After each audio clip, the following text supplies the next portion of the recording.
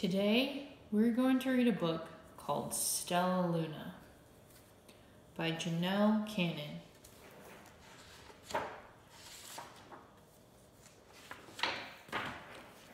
In a warm and sultry forest, far, far away, there once lived a mother fruit bat and her new baby.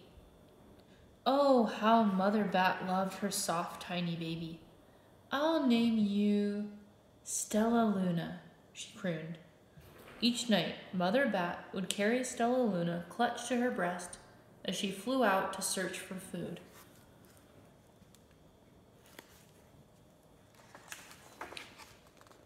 One night, as Mother Bat followed the heavy scent of ripe fruit, an owl spied her. On silent wings, the powerful bird swooped down upon the bats. Dodging and shrieking, Mother Bat tried to escape, but the owl struck again and again, knocking Stella Luna into the air. Her baby wings were as limp and useless as wet paper. Down, down she went, faster and faster, into the forest below.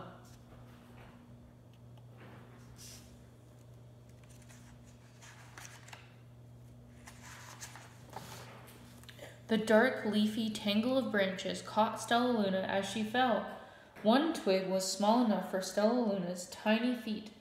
Wrapping her wings about her, she clutched the thin branch, trembling with cold and fear. "Mother," Stella Luna squeaked, "where are you?" By daybreak, the baby bat could hold on no longer. Down, down again she dropped.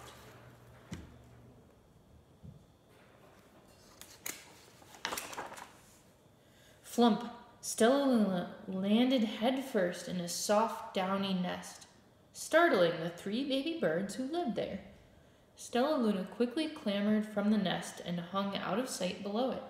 She listened to the babble of the three birds. "What was that?" cried Flap. "I don't know, but it's hanging by its feet," chirped Flitter. "Shh! Here comes Mama," hissed Pip.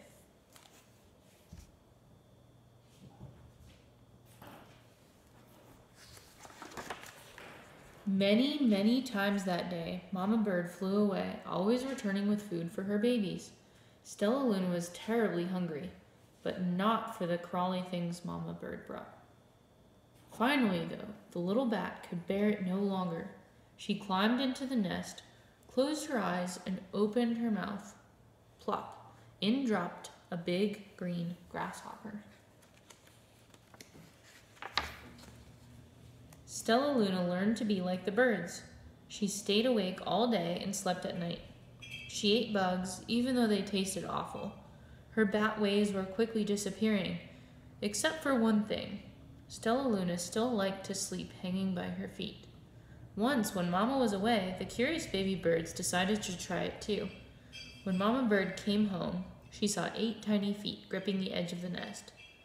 "Eek!" she cried. "Get back up here this instant! You're going to fall and break your necks!" The birds clambered back into the nest, but Mama Bird stopped Stella Luna. "You are teaching my children to do bad things. I will not let you back into this nest unless you promise to obey all the rules of this house." Stella Luna promised.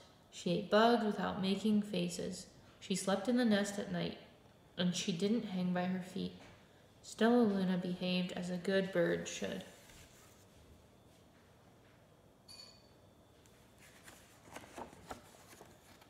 All the babies grew quickly. Soon the nest became crowded. Mama Bird told them it was time to learn to fly. One by one, Pip, Flitter, Flap, and Stella Luna jumped from the nest. Their wings worked. "I'm just like them," thought Stella Luna. "I can fly too."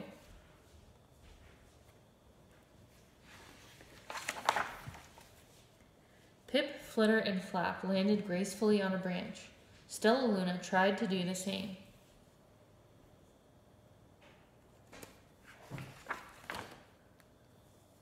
But it was difficult for her, and she felt embarrassed.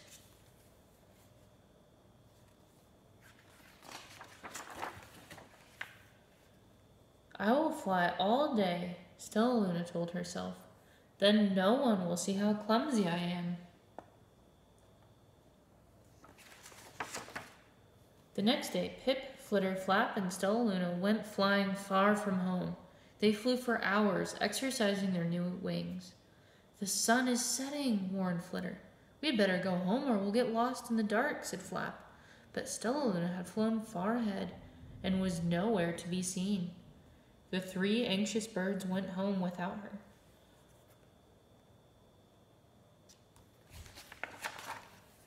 All alone, Stella Luna flew and flew until her wings ached and she dropped into a tree. "I promised not to hang by my feet," Stella Luna sighed. So she hung by her thumbs, and she soon fell asleep. She didn't hear the soft sound of wings coming near.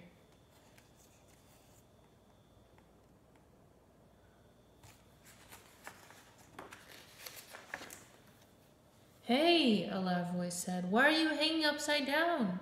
Stella Luna's eyes opened wide. She saw a most peculiar face. "I'm not upside down, you are," Stella Luna said.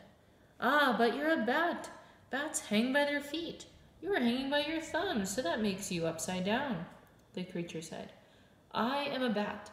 I am hanging by my feet, and that makes me right side up." Stella Luna was confused. "Mama Bird told me I was upside down. She said I was wrong." "Wrong for a bird, maybe, but not for a bat."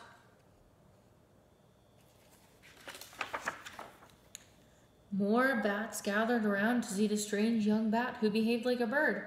Stella Luna told them her story. "You ate bugs?" stuttered one. "You slept at night?" gasped another.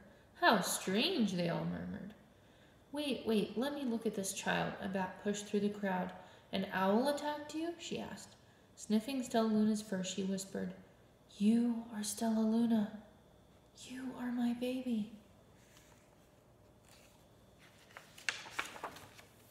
"You escaped the owl?" cried Stella Luna. "You survived?"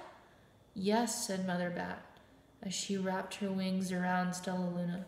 "Come with me, and I'll show you where to find the most delicious fruit. You'll never have to eat another bug as long as you live."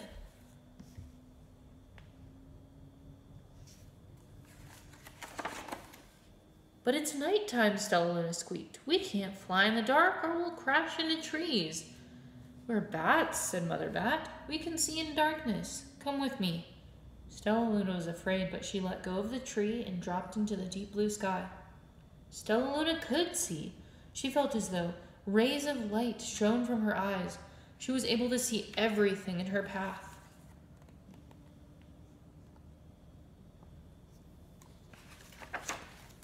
Soon the bats found a mango tree, and Stella Luna ate as much of the fruit as she could hold. "I'll never eat another bug as long as I live," cheered Stella Luna as she stuffed herself full. "I must tell Pip, Flitter, and Flap."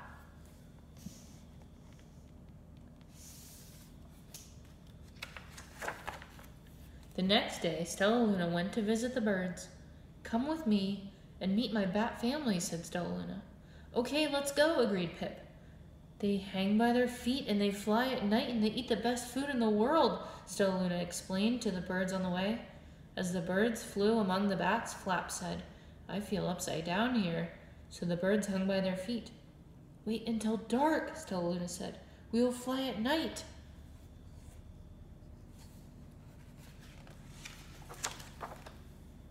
When night came, Stella Luna flew away. Pip, Flitter, and Flap leapt from the tree to follow her. "I can't see a thing," yelled Pip. "Neither can I," howled Flitter. "Aye!" shrieked Flap. "They're going to crash," gasped Stella Luna. "I must rescue them." Stella Luna swooped about, grabbing her friends in the air. She lifted them to a tree, and the birds grasped a branch. Stella Luna hung from the limb above them.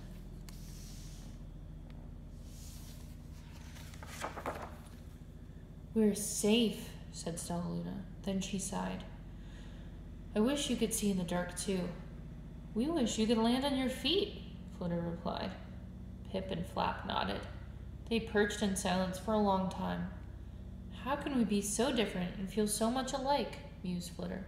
"And how can we feel so different and be so much alike?" wondered Pip.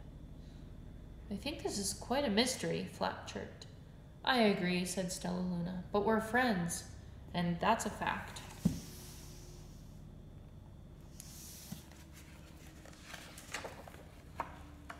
The end.